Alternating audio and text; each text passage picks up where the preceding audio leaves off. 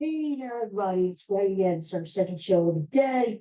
It is our classic TV show, weekly classic TV show. And I've gone back and I've picked another show from the 60s because I went ahead, I did an 80s show. That didn't turn too cool. Nobody watched it. Another 60s show. Now, it did have a theme song, but don't know what it is. I probably screwed up in it. So let me just tell you what the show is. You know what? I'm going to do an impersonation because I am the impersonator of all impersonators. I'm the writer of Rich Little Frank Gorshin of modern times. And I'm going to do an impersonation of the host, right? We're having a really big show, but that's so. That would all suck. All right, it's the Ed Sullivan Show. Ed Sullivan. I can't do anything, dear. But the Ed Sullivan Show. I loved the Ed Sullivan Show when I was growing up. You know, this was such an iconic show that everybody would gather around in front of their little TVs, black and white TVs, um, back in the 50s and 60s, and watching Ed Sullivan. Sunday nights at 8 o'clock. The first season it was on at 9 o'clock. Then they switched to black and white until about 1965, around there, and then they got to come. But so Ed Sullivan was going for 23 seasons. Can you believe that? 23 seasons. In fact, it was the longest running variety show ever. And when I mean variety, I mean variety, which we're going to talk. The first show was on June the 20th, 1948, way before my time. And the last show was on June the 6th, 1970. It was on CBS and it was live before a studio audience. And in case you don't know, well, how many episodes? 1,068 episodes. That's a lot of shows it did. Ed Sullivan was his, before he became a TV host, he was this entertainment gossip columnist in New York City. Now, he would be one of the guys who would write about it. That was back when the newspapers were really big. Nobody had the internet, so they got all their news through the newspapers. And so he would write a little blurb in the paper in the morning. I guess who's in town? Paul Newman to do a Broadway play.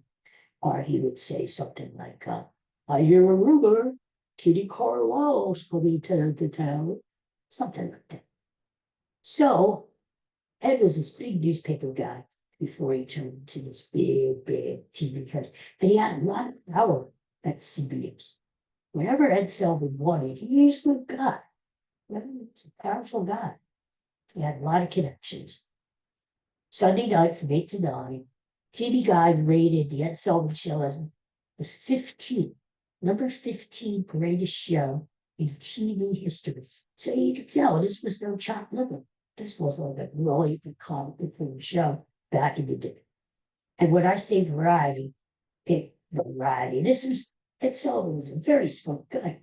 So he would have for the kiddies, he would have puppets on. He would have circus animals like tigers jumping through hoops and everything. For the teenagers, he would have pop and rock bands on, like the Beatles, the Rolling Stones. And for the older people, he'd have opera singers, country and western, the ballet, like that cooked them. So he had a little bit of everything, which was smart because everybody that could tune in and wait for him for that. Come on. It was sort of like vaudeville.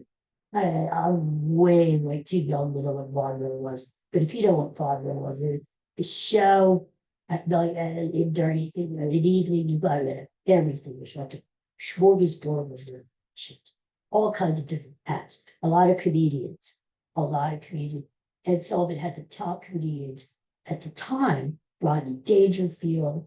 Everybody wanted to be on Ed Sullivan because it was good PR. Great exposure. You would have millions and millions of people who were watching you live every week. There was a lot of pressure, so if you slipped up, that was a good.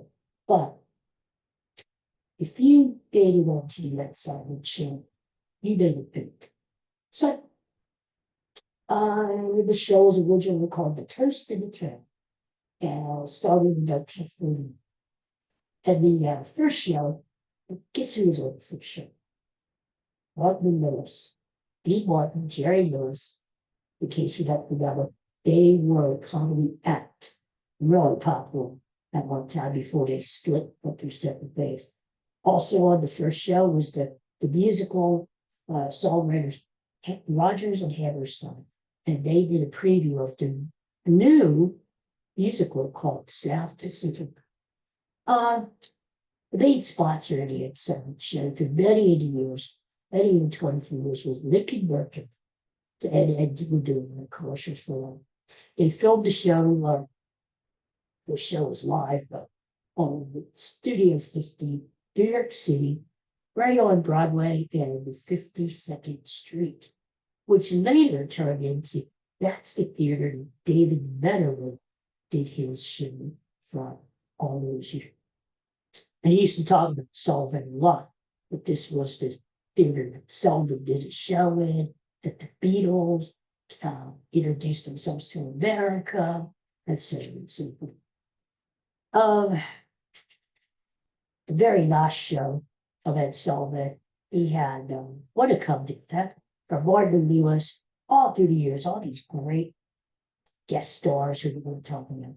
The last show he had Melody from I've got a brand new pair of roller skates. You got a brand new too. And Sandler and Young, those Canadian comics. And some guy named Danny Davis in the Nashville Brass. I think just, as you can see, Sullivan show really hit the bottom there. And so it was canceled. The puppets. He would have a lot of puppets and kids. Like the little Italian mouse, Topo jeans on. If the Topo jeans on would be 18, and Sullivan would be up and coming.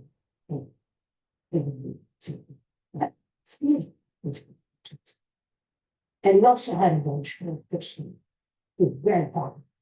His name was Senior Wences. And he didn't really have like too many dummy puppets. He did stuff with his hair, like this, with the hand and the draw. I mean, it was cheap entertainment back in the day, right? We didn't have anything like you do now, like the internet and stuff. If Sullivan brought a guy on and played with his hands, that was entertainment for us. Okay, and so what Sullivan learned over the years was he went from what he did was he gave time to a lot of different apps because he figured out over the years that's going to bring in more people. The more variety, the better, the more diversity, pop bands, rock bands. Because when he started out, he would only have like 6 acts in the hour, 6 acts, and he would give them like 10 minutes a piece, about that, right?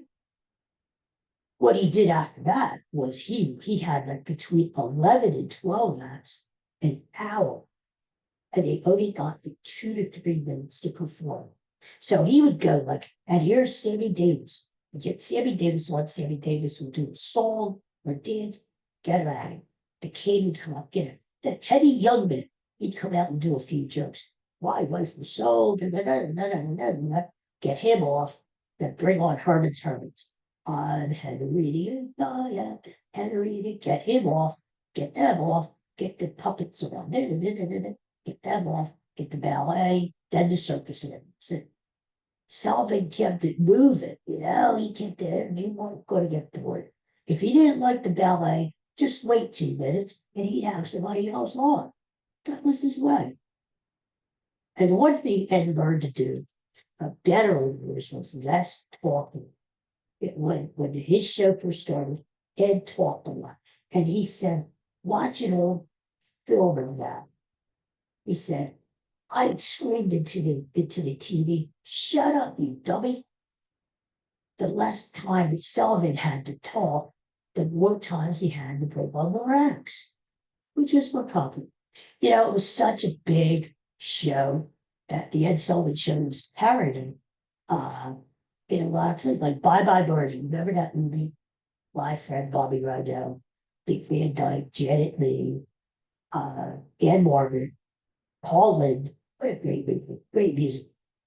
And they had Ed Sullivan himself on because the premise of the musical was this guy, he was like Elvis Presley, was on that show. This hometown girl wins a contest to go and kiss him on the Ed Sullivan Show, blah, blah, blah. Their boyfriend was jealous.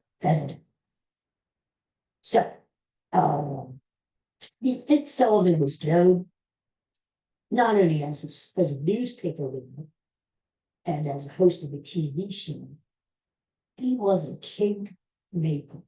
Again, if you were lucky enough, good enough to appear on the Ed Sullivan Show, you made it, baby. You made it. So that's why he was known as the king maker. About 1965, they changed over to color, as most of the TV shows did at the time.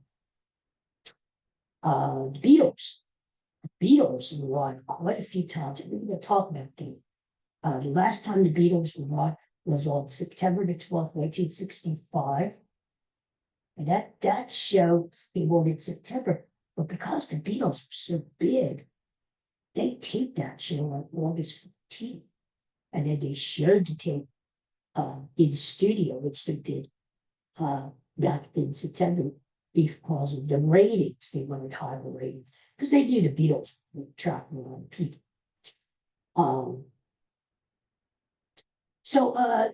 The end of the 60s, well, he got more into like the Vietnam War and the hippie generations and stuff. The Ed Sullivan Show started declining. People just didn't watch it anymore. And the reasons were because Ed figured out his main audience was older people who watched the show. And they were growing older. And actually, when the Ed Sullivan Show was canceled in 71, it was this big overhaul by CBS. That's when all the family came on board. CBS had this big overhaul of their shows, all the primetime shows. They said, we're getting rid of the Beverly Hillbillies, Green Acres, Pinnacle Junction. We want a more urban audience. So that's when they switched over all these more contemporary shows. Well, and so that's when that Ed Sullivan Show was stopped, was canceled. But it always came back. Like Ed did a 25th anniversary show in 1973. And then he did greatest shows. Ed Sullivan presents the best of the puppets, Popo Gijo, stuff like that. Ed himself died in 1974. But as we know, the Ed Sullivan Show still lives on. Some TV stations streaming, you can catch it every night. If not, the whole DVD collection isn't there. The Sullivan family owned the rights to the Ed Sullivan Show up until the mid 90s, I believe, mid 90s. And then it was bought out, and then they eventually syndicated it, put all the shows together. You can imagine that was a big deal because they had to get permission from all these actors to show them on TV. They had to get permission from all these rock bands, everybody who appeared on the show. They had to get permission to use them again in the videos, in the DVDs. And they finally got all that cleared. They had the whole collection together, and which you could still buy up to this day. It was bought by Andrew Salt. In 1990, he bought all the rights to all the seven shows. Now, Ed Sullivan had a real orchestra, but the orchestra was always hidden by a curtain. Why? I don't know. But this orchestra had to be the best musicians in the world. Why? Because they had to be able to play different music. Let's say if 1 minute you have Maria Callas, who was a big opera singer back in the day. She'd be singing the opera. And then maybe the Jackson Five came and did their current top 10 hit. And then you'd have Tom Jones coming in. And then we would have a country singer coming in. And the orchestra had to play all this music. So they had to be the top musicians in the world, really. And what was the musician? His name was Chris Griffin. He was the lead trumpeter. And back in those days, the trumpet was the big instrument in the orchestra. He was known as the concert master of the Ed Sullivan Orchestra. And of course, we could go on and on with this podcast to name all the guests that were on the Ed Sullivan show. You know, the major ones were like the Beatles and Elvis, the Supremes, Buddy Holly, Barbra Streisand, and so on and so forth. Now we're going to talk a little bit specifics about these things. Guess who was on the Ed Sullivan show the most over the years? 67 times. The Canadian comics Wade and Schuster. Who? Duh. I know. I remember this cast, but very vaguely, very vaguely. They're not what you call the cream and cracker. Why Ed Sullivan had won that much, I don't know. Maybe not. They were on the most. And guess what? The first rock song ever performed on a variety show was on the Ed Sullivan Show, 1955. No, it wasn't Buddy Holly. No, it wasn't Elvis. Guess who it was? It was Bill Haley and the Comets doing Rockin' Around the Clock on the Ed Sullivan Show. Let's talk about this. The first time he was on the Ed Sullivan Show was on September the 9th, 1956, right before I was born. I didn't get to see it, but here's the deal with Ed Sullivan and Elvis. Ed Sullivan never wanted Elvis on the show. Why? Because he thought Elvis was sort of risque. And Ed Sullivan was all that family entertainment. Well, so what happened was, here's the deal. Steve Allen had another variety show opposite Ed Sullivan. And Steve Allen had Elvis on. And Steve Allen wiped out Ed Sullivan that night. Big ratings. All of a sudden, Ed Sullivan changes his tune. And he says, this Elvis Presley might not be so bad after all. Signs a contract, and Elvis appears a week or two after the Steve Allen show. So what happened was, when Elvis appeared, the first episode, he did 6 songs, which back in the day was considered groundbreaking, you know? He started off with Don't Be Cruel, Don't Be Do Right, Love Me Tender. Now, apparently he did Love Me Tender on the Steve Allen show, but he kind of gassed it up a little. On Ed Sullivan, maybe because he knew that Sullivan was sort of not a fan, you know, with the gyrating hips and everything. He toned it down. He did a really nice version of Love Me Tender. And then he did a song called Ready Teddy. And he did, You Ain't Nothing But a Hound Dog. Now, there's this misconception that Sullivan would not allow Elvis to be filmed on the most down. That's not true. Elvis was filmed the waist down. He was filmed full body, gyrating his pelvis, Elvis the pelvis. So wherever that rumor started, that Sullivan only showed from the waist up, wasn't true.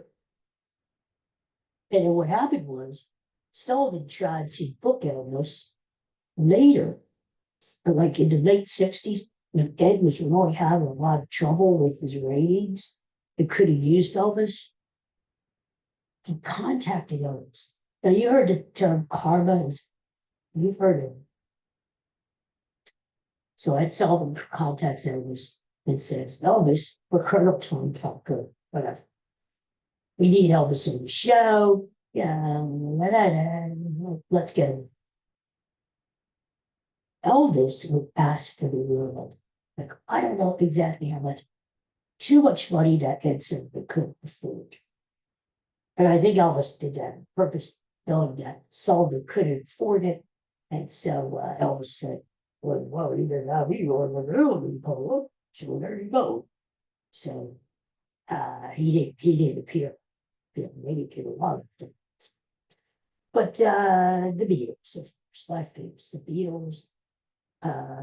Here's how they got on the show. You probably know the story. Sullivan wasn't able, he was there to do some talent scouting for the show. And he was on the tarmac at Heathrow Airport in London, and he was ready to take off. Well, what happens is that he sees this crowd all around the airport of young kids, young teenagers, this mob of teenagers screaming. And he asked somebody, what's going on? And they said, well, the Beatles just landed. The Beatles are coming back from they had an engagement in Sweden. In Stockholm, they had a concert, and they're coming back to England. And Sullivan said, whoa, wait, this is like Elvis all over again. If I could get these guys on a show, whoa, this would be really good. Because you got to remember, nobody really heard of the Beatles back then in America. Their music came with it. Please, Please Me, Love Me Do, She Loves You, and then eventually, I Want to Hold Your Hand. And that's what brought the Beatles over to Sullivan. Because he wanted to go for sooner than February the 9th, 1964.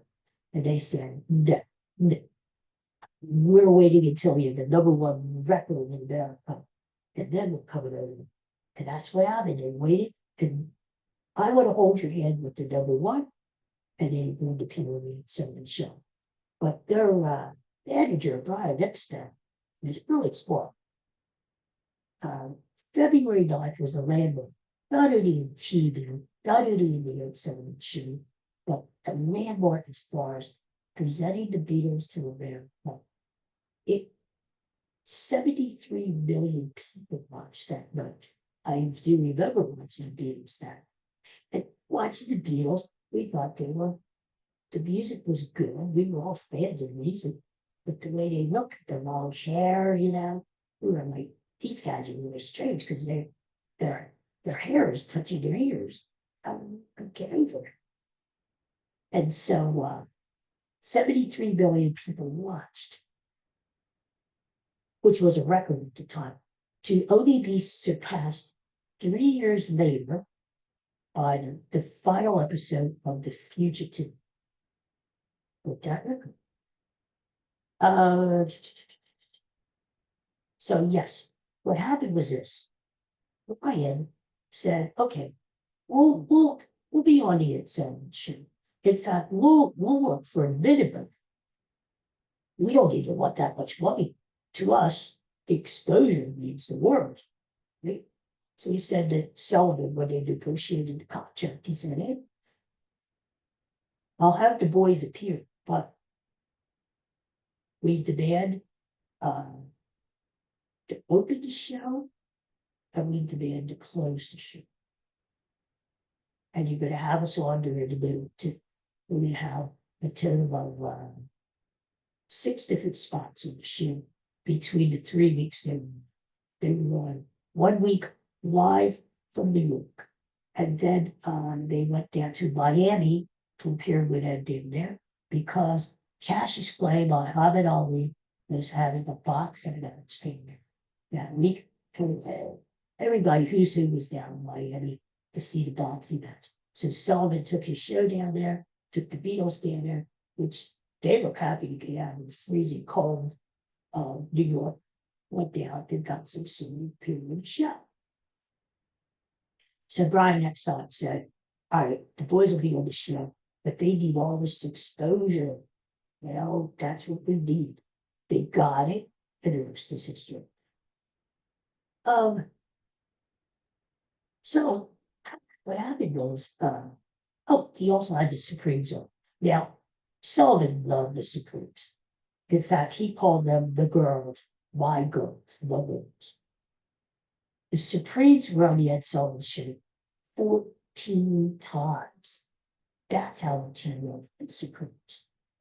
And they sang all their hits, all through the years, the mid 60s.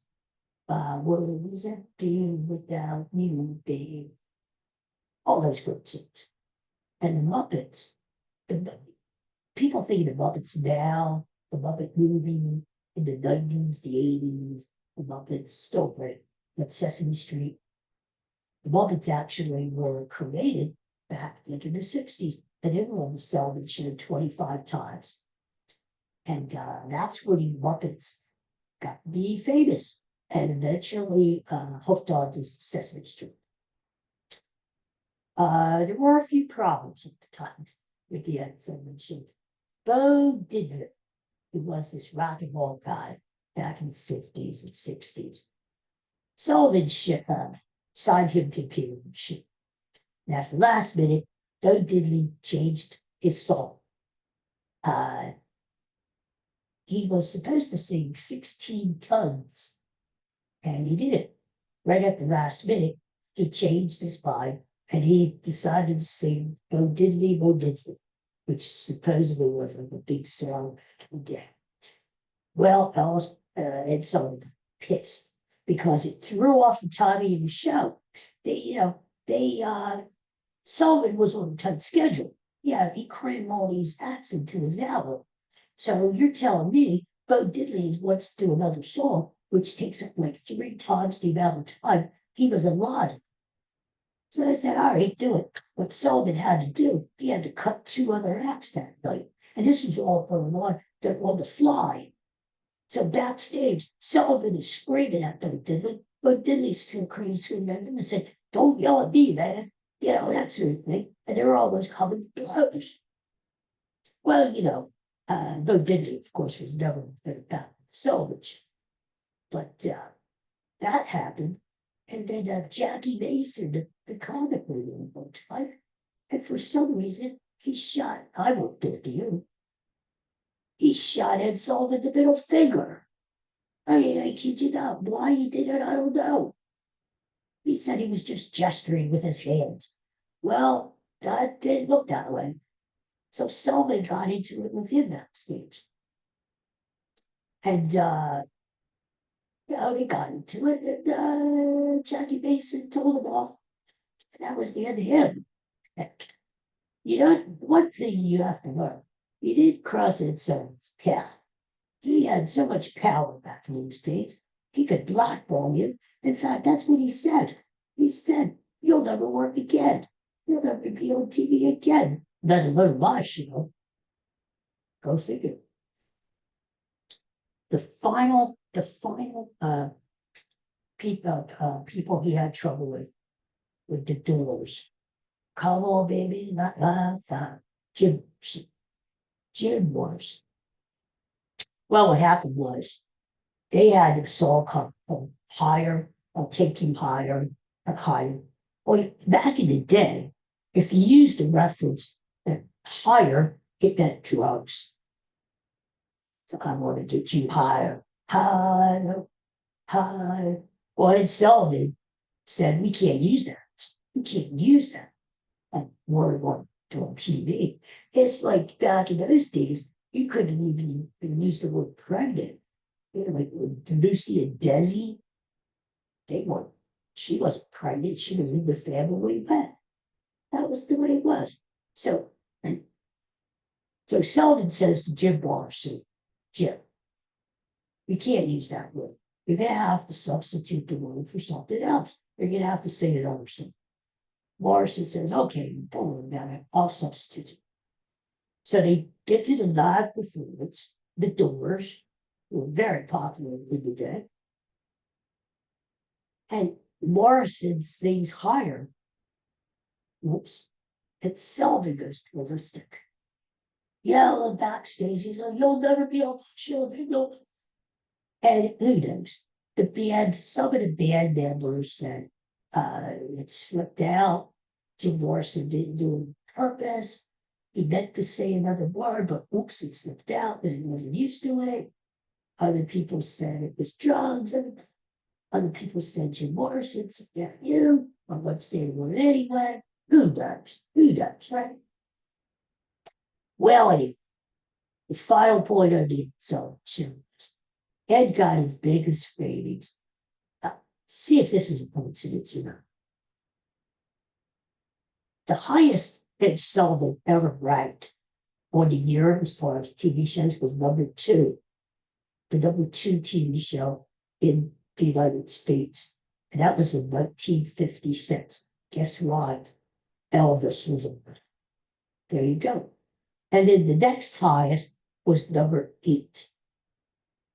1964. Guess who was on it?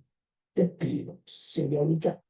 So just talking about musical acts, Sullivan had all the British invasion stars. The Rolling Stones were on, Big Jagger, Janis Joplin was on a bunch of times. Again, groups like Herman's Hermits, the Birds, the Kinks were on. Oh my, do yourself a favor. Find the Ed Sullivan Show. If you remember it, if you've watched it, go back and watch it again, and you'll all these memories will come back to you. And for those who never saw it, and especially want to see all the great rock artists, Jimi Hendrix, and they all played live. You weren't allowed to lip sync on the Ed Sullivan Show. You had to play live, and you had to sing live, or else you weren't allowed to. So if you want to see all these great artists in their prime when they really were good, can't stand so much. It's just like all the comedians did. You want to see what Eddie Youngman was like? You want to see what Jerry Lewis was like? You want to see what Rodney Dangerfield was like back when he started?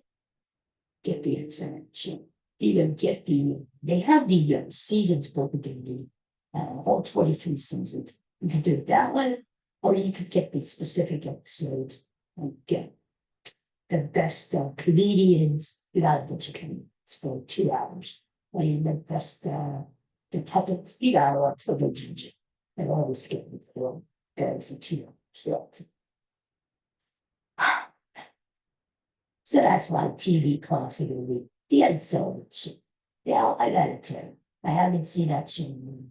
I think I want to watch it. But what you could also do is go onto my favorite platform, YouTube, whichever one and look up the Ed Sullivan Show. Look up some specific episodes or some specific artists.